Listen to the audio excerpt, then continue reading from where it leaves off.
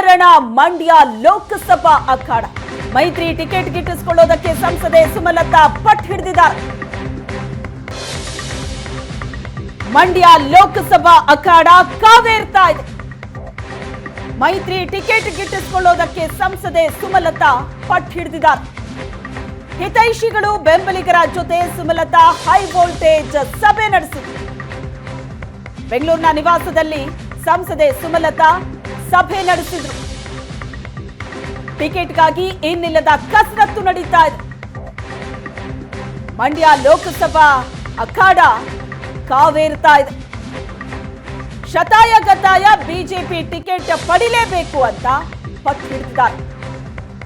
ಹಿತೈಷಿಗಳು ಬೆಂಬಲಿಗರ ಜೊತೆ Sumalatha high voltage ಸಭೆ ನಡೆಸಿದ್ರು. ಅವರ ಅಭಿಪ್ರಾಯವನ್ನ ಸಂಗ್ರಹಿಸಿದ್ರು. ಕ್ಷೇತ್ರದಲ್ಲಿ ಟಿಕೆಟ್ಗಾಗಿ ಬಹಳ ಜೋರಾದಂತಹ ಜಟಾಪಟಿ ನಡೀತಾ ಇದೆ. ಕಳೆದ ಬಾರಿ ಪಕ್ಷೇತರ ಅಭ್ಯರ್ಥಿಯಾಗಿ ಗೆಲುವನ್ನ ಸಾಧಿಸಿದಂತಹ ಸುಮಲತಾ ನಂತರದ ದಿನಗಳಲ್ಲಿ ಬಿಜೆಪಿಗೆ ತನ್ನ ಬೆಂಬಲ ವ್ಯಕ್ತಪಡಿಸಿದರು. ಈಗ ನೋಡಿದ್ರೆ ಬಿಜೆಪಿ ಮತ್ತು ಜೆಡಿಎಸ್ ಮೈತ್ರಿಯಾಗಿದೆ.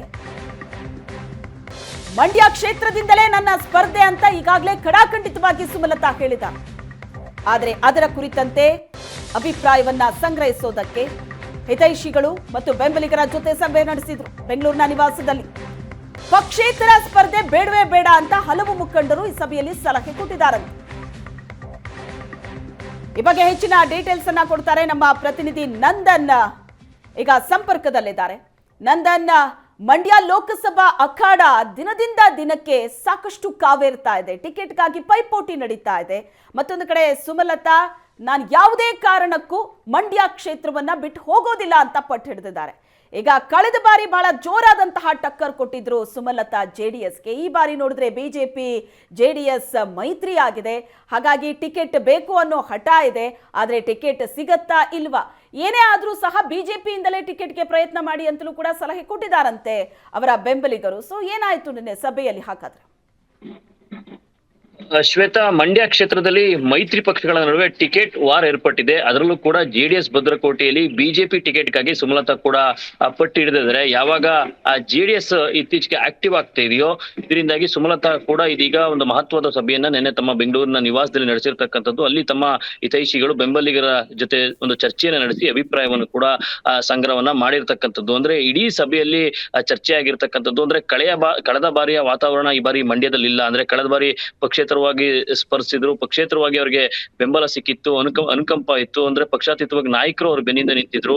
ಆದ್ರೆ ಈ ಸತಿಯ ವಾತಾವರಣ ಆ ರೀತಿ ಇಲ್ಲ. ಕಂಪ್ಲೀಟ್ ಆಗಿ ಜನವಿರೋಧ ಅಲೆ ಒಂದಷ್ಟು ಕಡೆ ಕೇಳಿ ಬರ್ತಾ ಇರ್ತಕ್ಕಂಥದ್ದು. ಈ ಹಿನ್ನೆಲೆಯಲ್ಲಿ ಅಂದ್ರೆ ಕಡಾಖಂಡಿತವಾಗಿ ಶತಾಯ ಗತಾಯ ನೀವು ಬಿಜೆಪಿ ಟಿಕೆಟ್ ಅನ್ನೇ ತಗೊಂಡು ಬನ್ನಿ ಅನ್ನುವಂತ ಅಭಿಪ್ರಾಯವನ್ನ ಇದೀಗ ಹಿತೈಷಿಗಳು ಬೆಂಬಲಿಗರು ಕೂಡ ಕೊಟ್ಟಿರ್ತಕ್ಕಂಥದ್ದು. ಅಂದ್ರೆ ಇಡೀ ಸಭೆಯುದ್ದಕ್ಕೂ ಕೂಡ ಎಲ್ಲೂ ಕೂಡ ಪಕ್ಷೇತರ ಸ್ಪರ್ಧೆ ಬಗ್ಗೆ ಎಲ್ಲೂ ಕೂಡ ಚರ್ಚೆ ಆಗಿಲ್ಲ. ಇವನ್ ಸುಮಲತಾ ಕೂಡ ಪಕ್ಷೇತರ ಸ್ಪರ್ಧೆ ಬಗ್ಗೆ ಯಾವುದೇ ರೀತಿಯ ಮಾತನ್ನು ಕೂಡ ಆಡಿಲ್ಲ. ಆದ್ರೆ ಏನ್ ಬೆಂಬಲಿಗರು ಮತ್ತೆ ಹಿತೈಷಿಗಳು ಹೇಳ್ತಿರ್ತಕ್ಕಂಥದ್ದು ಅಂದ್ರೆ ಈ ಬಾರಿ ಬಿಜೆಪಿಯಿಂದ ಟಿಕೆಟ್ ಅನ್ನ ತಂದ್ರೆ ಗೆಲುವು ಸುಲಭ ಆಗ್ಬೋದು. ಆ ಕಾರಣಕ್ಕಾಗಿ ಪಕ್ಷದಿಂದ ಸ್ಪರ್ಧೆ ಮಾಡೋದು ಸೂಕ್ತ ಅನ್ನುವಂತ ಅಭಿಪ್ರಾಯವನ್ನು ಕೂಡ ಕೊಟ್ಟಿರ್ತಕ್ಕಂಥದ್ದು. ಅಂದ್ರೆ ಎಲ್ಲರ ಅಭಿಪ್ರಾಯವನ್ನ ಈಗ ಸುಮಲತಾ ತೆಗೆದುಕೊಂಡಿದ್ದಾರೆ. ಅಂದ್ರೆ ಸಭೆಯುದ್ದಕ್ಕೂ ಕೂಡ ತನಗೆ ಟಿಕೆಟ್ ಸಿಗುವಂತ ವಿಶ್ವಾಸವನ್ನ ಕೂಡ ಅವ್ರು ವ್ಯಕ್ತಪಡಿಸ್ತಾ ಬಂದಿದ್ರು. ಯಾಕಂತ ಹೇಳಿದ್ರೆ ಕಳೆದ ವಾರ ಬಿಜೆಪಿ ವರಿಷ್ಠರನ್ನ ಭೇಟಿಯಾಗಿದ್ರು. ಬಿಜೆಪಿ ಅಧ್ಯಕ್ಷರಾದಂತಹ ರಾಷ್ಟ್ರೀಯ ನಾಯಕರಾದಂತಹ ಜೆ.ಪಿ. ನಡ್ಡಾ, ಪ್ರಧಾನಮಂತ್ರಿ ನರೇಂದ್ರ ಮೋದಿ ಅವರನ್ನ ಭೇಟಿಯಾಗಿ ಮಾತುಕತೆ ನಡೆಸಿದ್ರು. ಅಂದ್ರೆ ಸಭೆಯಲ್ಲಿ ಕಾರ್ಯಕರ್ತರು ಬೆಂಬಲಿಗರಿಗೆ ಅದೇ ರೀತಿಯ ಒಂದು ವಿಶ್ವಾಸವನ್ನ, ಒಂದು ನಂಬಿಕೆಯನ್ನ ತರುವಂತ ಕೆಲಸವನ್ನ ಸುಮಲತಾ ಮಾಡಿದ್ರು. ಯಾಕಂತ ಹೇಳಿದ್ರೆ ರಾಷ್ಟ್ರೀಯ ನಾಯಕರಿಂದ, ವರಿಷ್ಠರಿಂದ ನನಗೆ ಭರವಸೆ ಸಿಕ್ಕಿದೆ, ಬಿಜೆಪಿಗೆ ಟಿಕೆಟ್ ಸಿಗುತ್ತೆ, ನಾನೇ ಅಭ್ಯರ್ಥಿ ಆಗ್ತೀನಿ, ನೀವೆಲ್ಲರೂ ಕೂಡ ಚುನಾವಣೆಗೆ ಸಿದ್ಧರಾಗಿ ಎನ್ನುವಂತ ಮಾತನ್ನ ಒಂದು ಕೊಟ್ಟಿರ್ತಕ್ಕಂಥದ್ದು. ಈ ನೆಲೆಯಲ್ಲಿ ಒಂದು ಕಾರ್ಯಕರ್ತರಿಗೆ ಒಂದಷ್ಟು ವಿಶ್ವಾಸ ಸಿಕ್ಕಿದೆ. ಎಲ್ಲೋ ಒಂದ್ ಕಡೆ ಬಿಜೆಪಿಗೆ ಟಿಕೆಟ್ ಸಿಗುತ್ತೆ, ಸುಮಲತಾ ಅವರೇ ಅಭ್ಯರ್ಥಿ ಆಗ್ತಾರೆ ಅನ್ನುವಂತ ವಿಶ್ವಾಸದಲ್ಲಿ ಇದೀಗ ಬೆಂಬಲಿಗರು ಕಾರ್ಯಕರ್ತರು ಇರ್ತಕ್ಕಂಥದ್ದು. ಶ್ವೇತಾ, ಓಕೆ ನಂದನ್, ಹಾಗೆ ಸಂಪರ್ಕದಲ್ಲಿರಿ. ಮಂಡ್ಯದಿಂದ ಲೋಕ ಸಮರಕ್ಕಿಳಿಯೋದಕ್ಕೆ ಸುಮಲತಾ ಪಟ್ಟು ಹಿಡಿದಿದ್ದಾರೆ. ಮಂಡ್ಯ ಕ್ಷೇತ್ರದಿಂದಲೇ ನಾನು ಲೋಕಸಭೆ ಚುನಾವಣೆಗೆ ಸ್ಪರ್ಧೆ ಮಾಡೋದು ಅನ್ನೋದು ಸುಮಲತಾ ಪಟ್ಟು. ಬಿಜೆಪಿ ಟಿಕೆಟ್ಗಾಗಿ ಈಗ ರಾಜಿ ಸಂಧಾನಕ್ಕೆ ಮುಂದಾಗಿದ್ದಾರೆ ಸುಮಲತಾ. ಏಷ್ಯಾನೆಟ್ ಸುವರ್ಣ ನ್ಯೂಸ್ ನಲ್ಲಿ ಸುಮಲತಾ ಸಂಧಾನದ ಎಕ್ಸ್ಕ್ಲೂಸಿವ್ ರಿಪೋರ್ಟ್. ಬಿಜೆಪಿ ಟಿಕೆಟ್ ಶತಾಯ ಗತಾಯ ಪಡಿಲೇಬೇಕು ಅಂತ ಪ್ರಯತ್ನಗಳು ಜೋರಾಗಿ ನಡೀತಾ ಇದೆ. ರಾಜಿ ಸಂಧಾನಕ್ಕೆ ಮುಂದಾಗಿದ್ದಾರೆ ಸುಮಲತಾ. ಇಂಡುವಾಳು ಸಚ್ಚಿದಾನಂದ ಜೊತೆ ಸಂಧಾನಕ್ಕೆ ಮುಂದಾಗಿದ್ದಾರೆ ಸುಮಲತಾ.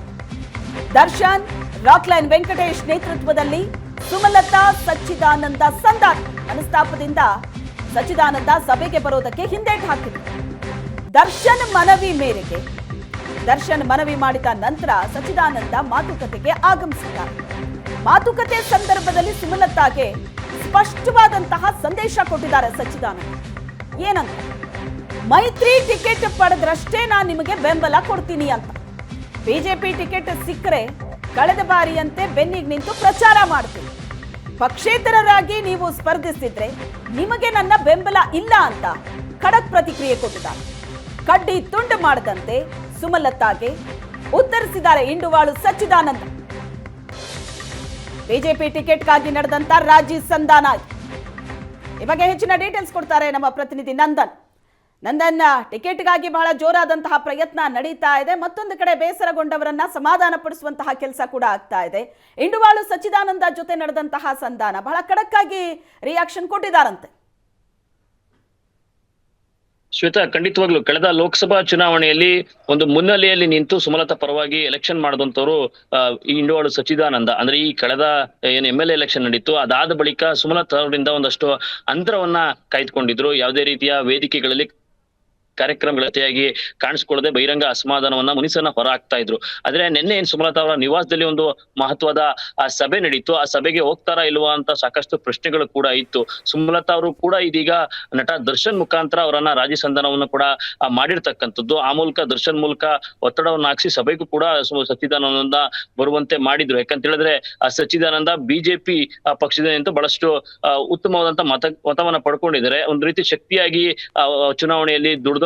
ಈಗ ಅವರು ನಿರ್ಧಾರ ಮಾಡುವಂತ ಸಂದರ್ಭದಲ್ಲಿ ಸಚ್ಚಿದಾನಂದ ಧ್ವಜಗಿರ್ಬೇಕು ಅನ್ನುವಂತ ಕಾರಣಕ್ಕಾಗಿ ದರ್ಶನ್ ಮೂಲಕ ಒತ್ತಡ ಹಾಕಿಸಿ ಸಭೆಗೂ ಕೂಡ ಕರೆಸ್ಕೊಂಡು ತಮ್ಮ ಅಭಿಪ್ರಾಯವನ್ನು ಕೇಳಿದ್ರು. ಆದ್ರೆ ಆ ಸಭೆಯಲ್ಲಿ ಸಚ್ಚಿದಾನಂದ ಒಂದು ಕಟ್ಟಿ ದುಡ್ಡಾದಂತ ಒಂದು ಉತ್ತರವನ್ನ ಸ್ಪಷ್ಟತೆಯನ್ನ ಕೊಟ್ಟಿರ್ತಕ್ಕಂಥದ್ದು. ಅಂದ್ರೆ ಕಳೆದ ಬಾರಿ ಅಂತ ಈ ಬಾರಿ ಕೆಲಸ ಮಾಡೋದಕ್ಕಾಗೋದಿಲ್ಲ, ಪಕ್ಷೇತರವಾಗಿ ಬಂದ್ರೆ ನನ್ನ ಬೆಂಬಲ ಯಾವುದೇ ಕಾರಣಕ್ಕೂ ಕೂಡ ಇರೋದಿಲ್ಲ. ಒಂದ್ ವೇಳೆ ಮೈತ್ರಿ ಟಿಕೆಟ್ ಅನ್ನ ಪಡ್ಕೊಂಡ್ರೆ, ನೀವು ಬಿಜೆಪಿ ಅಭ್ಯರ್ಥಿ ಆದ್ರೆ ಪಕ್ಷದ ವೇದಿಕೆಯಲ್ಲಿ ನಾನು ನಿಮ್ ಪರ ನಿಲ್ತೀನಿ, ನಿಮ್ ಪರ ಚುನಾವಣೆ ಮಾಡ್ತೀನಿ ಅನ್ನುವಂತ ಸ್ಪಷ್ಟ ಸಂದೇಶವನ್ನ ಸಭೆಯಲ್ಲಿ ಸುಮಲತಾಗೆ ಕೊಟ್ಟಿರ್ತಕ್ಕಂಥದ್ದು. ಇದರಿಂದ ಒಂದಷ್ಟು ನಿರಾಸೆಗೊಂಡಿದ್ದಾರೆ ಸುಮಲತಾ ಅವರು. ಯಾಕಂತ ಹೇಳಿದ್ರೆ ಆರಂಭದಲ್ಲಿ ರಾಜಕೀಯದ ಆರಂಭದಲ್ಲಿ ಸುಮಲತಾ ಜೊತೆಗೆ ನಿಂತವರು ಸಚ್ಚಿದಾನಂದ.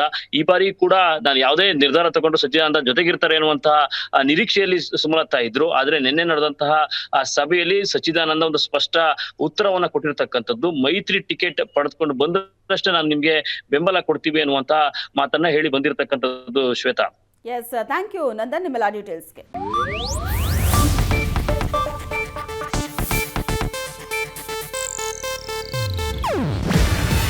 ಇದು ಏಷ್ಯಾನೆಟ್ ನ್ಯೂಸ್ ನೆಟ್ವರ್ಕ್ ಪ್ರಸ್ತುತಿ. ನೀವು ನೋಡ್ತಿದ್ದೀರಾ ಏಷ್ಯಾನೆಟ್ ಸುವರ್ಣ ನ್ಯೂಸ್.